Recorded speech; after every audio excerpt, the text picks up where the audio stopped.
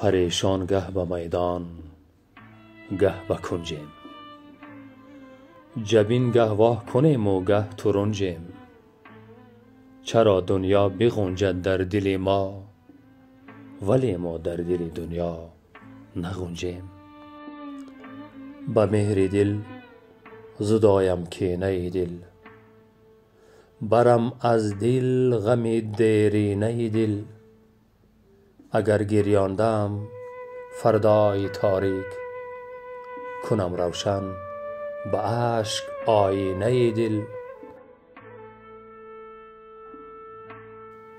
سیه مستی که هرگه باده نوشد، ستیزد با خدا با خود خروشد. به یک تین هم نگیرد یک جهان لیک، به جام جامه خود را فروشد. به هر روزی سیاه از گناه، سیاه دل رو سیاه شد در نگاه. و در روی سیاه خویش گم گشت، به مانند سیاهی در سیاهی. دریغا چشم بینا او ندارد، به چشم دل جهان در دل نگارد. خط تقدیر تا خواند به انگشت، به پیشانی خود دست گذارد. نهال قامتش را غم تکیده، انار سینه اش را غم مکیده.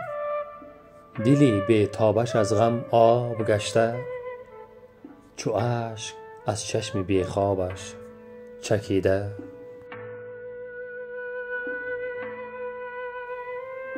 با مرگ کس گریبان چاک میزد، به افغان بر سر خود خاک میزد.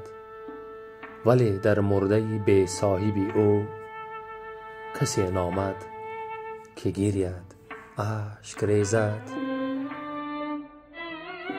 سریشتم من سریشتم را خود از نو، بهیشتم من بهیشتم را خود از نو.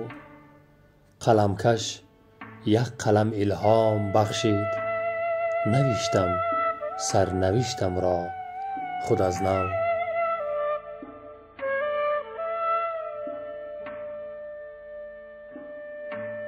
سربلند و خانه آباد باشید عزیزان دل، تا برنامه های آینده در پناه خداوند بزرگ باشید.